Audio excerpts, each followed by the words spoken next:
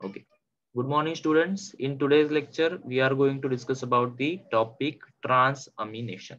So transamination, basically word describe, there is a two word in a single word, that is trans mean transfer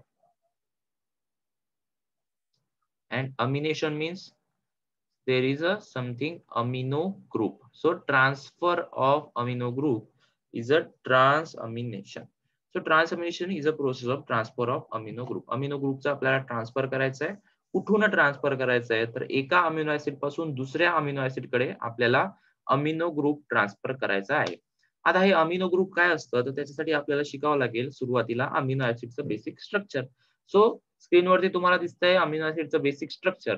so amino ऍसिडच्या basic structure मध्ये आपल्याकडे असतो एक amino group. So we have a amino group. आता acidic nature कशामुळे आलं त्याचं carboxylic group मुळे आलं. म्हणून याच कंपोनंटला काय म्हटलं आपण अमिनो ऍसिड. म्हणजे इथे काय आहे एक अमिनो ऍसिड आहे आणि एक ऍसिडिक ग्रुप आहे विच इज ऍसिडिक ग्रुप कोणता आहे त्याच्यामध्ये काहीतरी नेचर आहे ऍसिडिक नेचर आहे त्याच्यामध्ये. सो ऍसिडिक नेचर कशामुळे आला कार्बोक्सिलिक ग्रुपमुळे. सो कार्बोक्सिलिक कार्बन सोबत ऑक्सिजन जोडलेला आहे. सो कार्बन सोबत ऑक्सिजन ऑक्सिल ग्रुप जोडलेला आहे OH ग्रुप जोडलेला आहे. कार्बोक्सिल ग्रुप असेल इथे. अमिनो ग्रुप असेल आपला NH2 is a amino group. त्यानंतर एक साइड चेन आपल्याला लागलेली असेल आणि ज्या कार्बनला आपण अमिनो ग्रुप लागलेला आहे त्या कार्बनला आपण जनरली डिनोट करतो alpha carbon. So this is alpha carbon.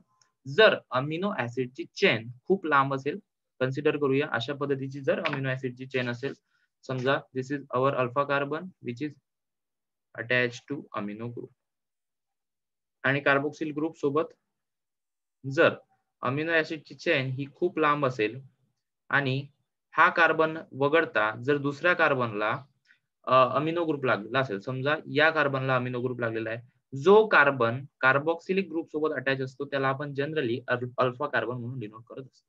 तर दिस इज अल्फा कार्बन. जर अमिनो ग्रुप अल्फा कार्बनला न लागता बीटा कार्बनला लागला so this is beta, this is gamma and this is delta. So अशा पद्धतीचे कार्बन ग्रुप्स इथे प्रेझेंट असतात आणि हे लेटर्स जे असतात ते वाढत जातात. आता हे तुम्हाला मी कॉन्सेप्ट आधी याच्या आधी सांगितलेलं आहे. सो अल्फा कार्बन जिथे कार्बोक्सिलिक ग्रुप आपला लागलेला आहे. जर बीटा कार्बनला NH2 लागलेला असेल तिथे अमिनो ग्रुप लागलेला असेल तर त्या अमिनो ऍसिडला म्हणून आपण beta amino acid.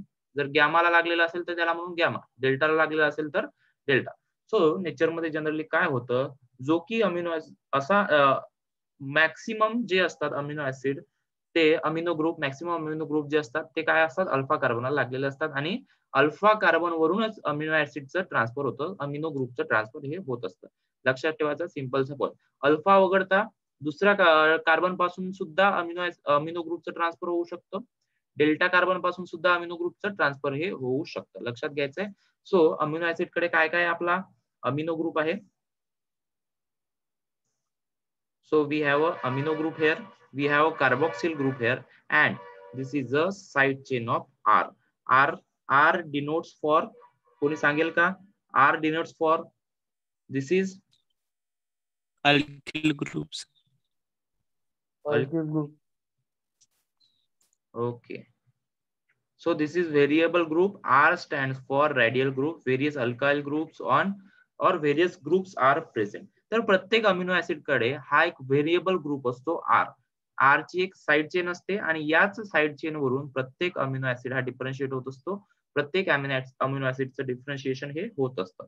So R chains are vary according to the structure, size and the classification of enzyme. So इथपर्यंत बेसिकचा एक स्ट्रक्चर क्लिअर आहे सगळ्यांना अमिनो ऍसिडचं. Yes or no? Yes sir. Okay. चला तर आपण टॉपिकला स्टार्ट करूया.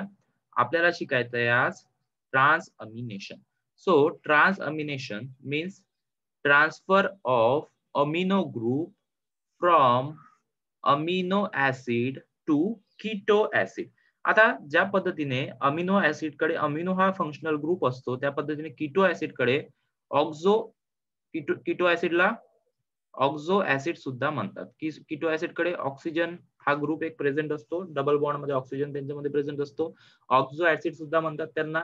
त्यांच्याकडे अमिनो ग्रुप हा प्रेझेंट नसतो. सो अमिनो ग्रुप पासून अमिनो ऍसिडच्या अमिनो ग्रुप पासून अमिनो ग्रुप हा कुठे ट्रान्सफर करायचा आपल्याला कीटो ऍसिडला ट्रान्सफर करायचा आहे. तर ते कशा पद्धतीने होतं हे पुढे पुढे आपण डिस्कस करूया. तुमचं इतकं लक्षात घ्यायचंय the transfer of amino group MCQ मध्ये विचारला जाऊ शकतं. सगळ्यात महत्त्वाचा विचारला जाणारा प्रश्न येणारच म्हणजे येणार. So transfer of amino group from amino acid to keto acid is known as transamination. The process involves the interconversion of pair of amino acid and a pair of keto acid catalyzed by the group of enzyme transaminase. Point highlight करायचा आहे, point लिहून घ्यायचा आहे. कोणता enzyme require असतो बरं इथे? ट्रान्सअमिनेज नावाचा. आता ग्रुप ट्रान्सफर करायचा आहे आपल्याला. ग्रुप ट्रान्सफर करणारे एन्झाइम्स कोणते आहेत मग आपले? आपण एन्झाइमचं 6 क्लासेस ऑफ एन्झाइम्स आपण डिस्कस केले होते. एक ट्रान्सफर करतोय, अमिनो ग्रुप आपण इथे ट्रान्सफर करतोय. अमिनो ग्रुप ट्रान्सफर करणारे एन्झाइम्स आपण म्हटले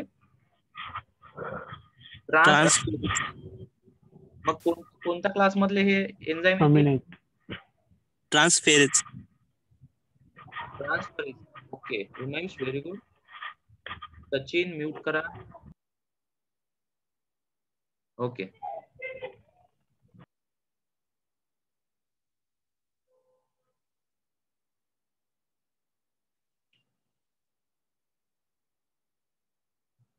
ओके, सो ट्रान्सफरेजेस क्लासचे एन्झाइम्स असेल आपले ट्रान्सअमिनेज.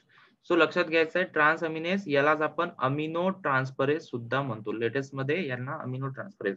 का बरं अमिनो ट्रान्सफरेज म्हटलं? कारण की अमिनो ग्रुप हा ट्रान्सफर करतो. एमसीक्यू मध्ये विचारलं जाऊ शकतं कोणता एन्झाइम हा ट्रान्सअमिनेशन करण्यासाठी रिक्वायर आहे. तर आपल्याला लिहायचं आहे ट्रान्सअमिनेज नावाचा एन्झाइम किंवा ऑप्शन मध्ये दिलेलं असेल amino transferase, amino transferase, amino group transfer करणारा एन्झाइम आपला amino transferase. So transamination is a transfer of amino group from amino acid to keto acid. आता कशा पद्धतीने होतंय? सो आपल्याकडे आहे एक donor amino acid. So levo rotatory that is L amino acid आपल्याकडे आहे. सो एल अमिनो ऍसिड कडे आपला काय आहे? हा एक डोनर, एक अमिनो ऍसिड आपण कन्सिडर करतोय आणि आपल्याकडे आहे acceptor alpha keto acid. Keto acid कडे डबल बॉन्ड ओ ग्रुप लागलेला असतो, यालाच ऑक्झो ऍसिड सुद्धा म्हणतात. आता हे कीटो ऍसिडला काय करायचं आपल्याला? हा अमिनो ग्रुप याला डोनेट करायचा आहे, याच्याकडे ट्रान्सफर करायचा आहे. म्हणजेच हा amino group that is NH2 हा कुठे ट्रान्सफर करायचा आपल्याला? आपल्या कीटो अल्फा कीटो ऍसिड कडे. हे सगळं काम करण्याचं काम कोण करतं? ट्रान्सअमिनेज नावाचा एन्झाइम, अमिनो ट्रान्सफरेज नावाचा एन्झाइम. ट्रान्सअमिनेज किंवा अमिनो ट्रान्सफरेज.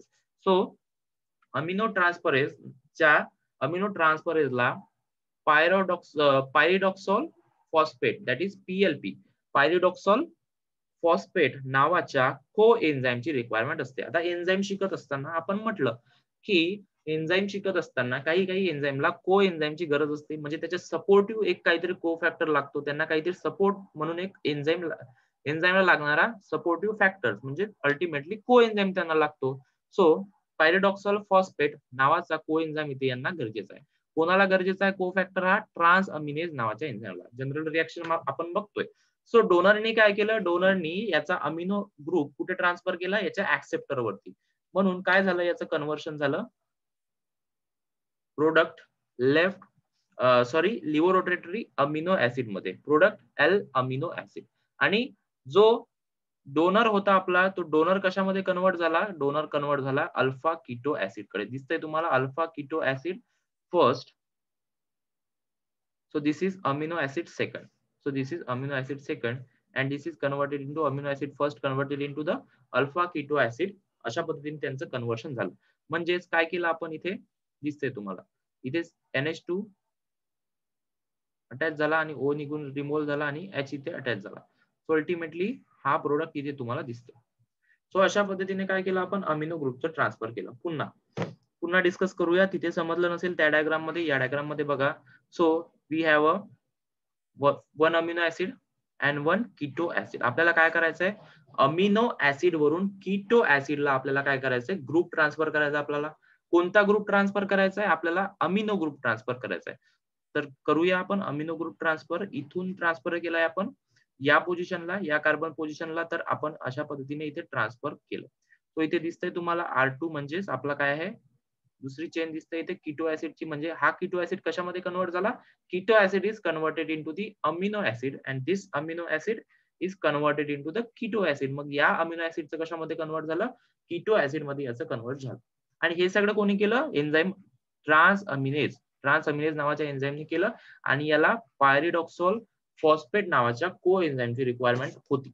आता ट्रान्सअमिनेज काय करेल, ट्रान्सअमिनेज कडे एखाद्या साइट वरती, त्याच्या ऍक्टिव्ह साइट वरती पायरिडॉक्सोल फॉस्फेट नावाचा कोएन्झाइम प्रेझेंट असेल आणि जी काही कॅटालिटिक ऍक्टिव्हिटी करायची आहे ती सगळी कॅटालिटिक ऍक्टिव्हिटी कोण करणार आहे, त्याचा कोएन्झाइम पायरिडॉक्सोल फॉस्फेट. पायरिडॉक्सोल फॉस्फेट काय करेल, स्वतःकडे अमिनो ग्रुप करेल, जॉईन करेल आणि तो स्वतःकडे अमिनो ग्रुप घेऊन काय कुठे ट्रान्सफर करेल, त्याच्या कीटो ऍसिड कडे, दुसऱ्या कीटो ऍसिड कडे ट्रान्सफर करेल आणि तोच कीटो ऍसिड कशामध्ये कन्वर्ट होईल. मग आता इथे कीटो ऍसिड कडे अमिनो ग्रुप लागला म्हणजे keto acid is ultimately converted into the amino acid and keto amino acid is converted into the rest keto acid. So all transaminase require pyridoxal phosphate as a coenzyme derived from the vitamin B6. लक्षात घ्यायचं आहे, MCQ मध्ये विचारला जाऊ शकतो. So पायरिडॉक्सोल phosphate नावाचा कोएन्झाइम हा कुठून डिराईव्ह होतो, विटॅमिन B6. म्हणजे विटॅमिन B6 जर जिचं विटॅमिन B6 ची जर बॉडीमध्ये डेफिशियन्सी आली तर काय होऊ शकतो, ट्रान्सअमिनेशन नावाची प्रोसेस ही प्रॉपरली चालणार नाही आणि मेटाबॉलिक डेफिशियन्सी तिथे होणार. म्हणजे आपल्याकडे काही कीटो ऍसिडची डेफिशियन्सी होईल, काही अमिनो ऍसिडची तिथे डेफिशियन्सी होईल. So all transaminase require pyridoxal phosphate as a coenzyme. आता हा पायरिडॉक्सोल फॉस्फेट कुठून आला, आपला विटॅमिन B6 पासून. एमसीक्यू मध्ये विचारलं जाऊ शकतं, पायरिडॉक्सोल phosphate is derived from the vitamin B6. Point to be noted, vitamin B6. So specific transaminase exist for each pair of amino acid and keto acid. आता समजा ग्लायसिन अमिनो ऍसिड आपल्याकडे आहे. So Glycine साठी कोण काम करेल, Glycine ट्रान्सअमिनेज. ऍलेनिन आपल्याकडे आहे, ऍलेनिन साठी कोण काम करेल, ऍलेनिन ट्रान्सअमिनेज. सो प्रत्येक अमिनो ऍसिड साठी, प्रत्येक कीटो ऍसिड साठी एक स्पेसिफिक ट्रान्सअमिनेज आपल्याकडे असतो. So there is a no free NH3 is liberated. आता इथे सगळी ऍक्टिव्हिटी होत असताना असं काही झालं का आपण, की हा अमिनो ग्रुप आपण इथे वेगळा दाखवला, अशा पद्धतीने वेगळा दाखवला किंवा निघताना इथे दाखवला, तर असं झालं नाही ना. तर पायरिडॉक्सोलने काय केलं, पायरिडॉक्सोल फॉस्फेटने ट्रान्सअमिनेजच्या त्याने काय केलं, स्वतःकडे NH3 ग्रुप घेतला आणि तोच ट्रान्सफर केला कीटो ऍसिड कडे. म्हणजेच त्याने काय केलं, स्वतः रिएक्शन मध्ये तो इन्व्हॉल्व्ह झाला कसा तरी करून आणि त्याने काय केलं, त्या NH3 ला पकडलं आणि दुसऱ्या कीटो ऍसिड कडे ट्रान्सफर केलं. म्हणजेच इथे कोणताच फ्री NH3 इथे लिबरेट झाला नाही, just the transfer of amino group. फक्त काय झालं, अमिनो ग्रुपचं ट्रान्सफर झालं. So this process that is transamination is a reversible process. MCQ मध्ये विचारलं जाऊ शकतं की transamination is irreversible or reversible. So transamination is reversible process. आता हे सगळं आपण ट्रान्सअमिनेशन करतोय, हे कशासाठी करतोय, का बरं याची रिक्वायरमेंट आहे ट्रान्सअमिनेशनची, आपल्याला ट्रान्सअमिनेशन रिक्वायर आहे कीटो ऍसिड तयार करण्यासाठी. आता कीटो ऍसिड हे असे ऍसिड असतात जे मेटाबॉलिक पाथवे मध्ये एंटर होऊ शकतात. कीटो ऍसिडचं एक्झाम्पल कोणी सांगू शकेल,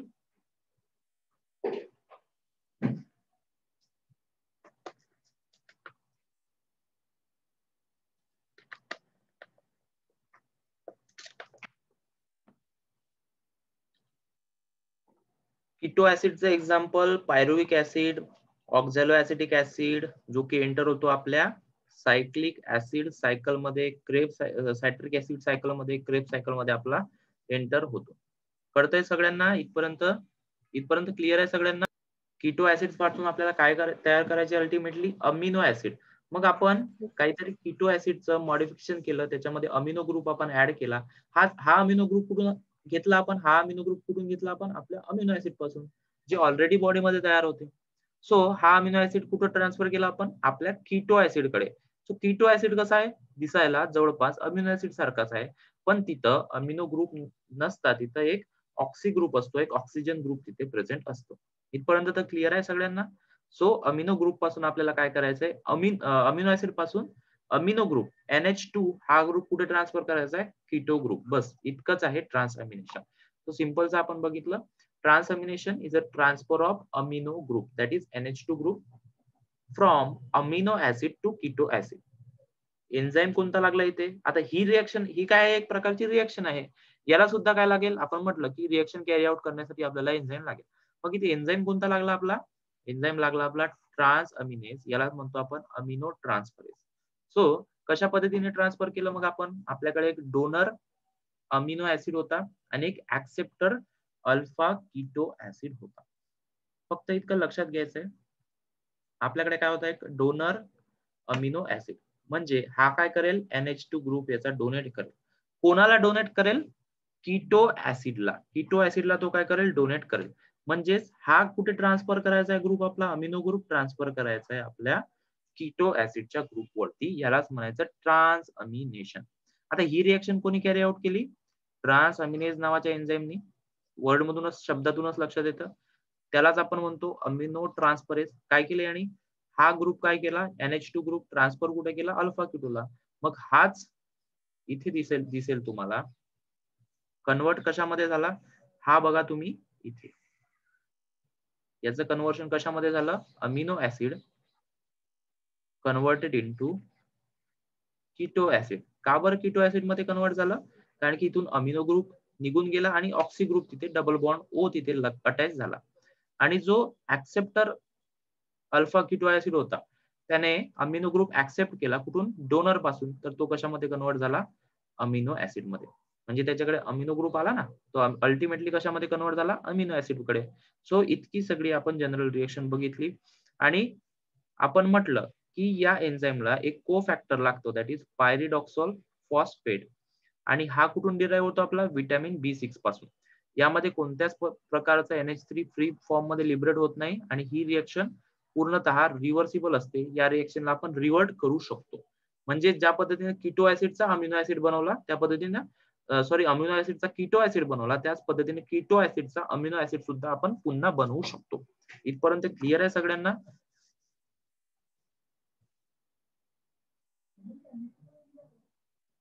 ओके. त्यानंतर बघूया. So transamination is a very important for the redistribution of amino groups and production of non essential amino acid. आता ट्रान्सअमिनेशन का बरं गरजेचं आहे ते एक एक पॉईंट डिस्कस करतोय. सगळे जे काही पॉईंट हायलाइट करेल ते नोट डाऊन करायचे आणि लक्षात ठेवायचे. MCQ मध्ये विचारलं जाऊ शकतं. So transamination for the requires for the production of catabolism, production of non essential amino acid, जे आपण डाएट मधून घेऊ शकत नाही, त्या अमिनो ऍसिडला तर आपल्याला सिंथेसिस करावं लागेल ना.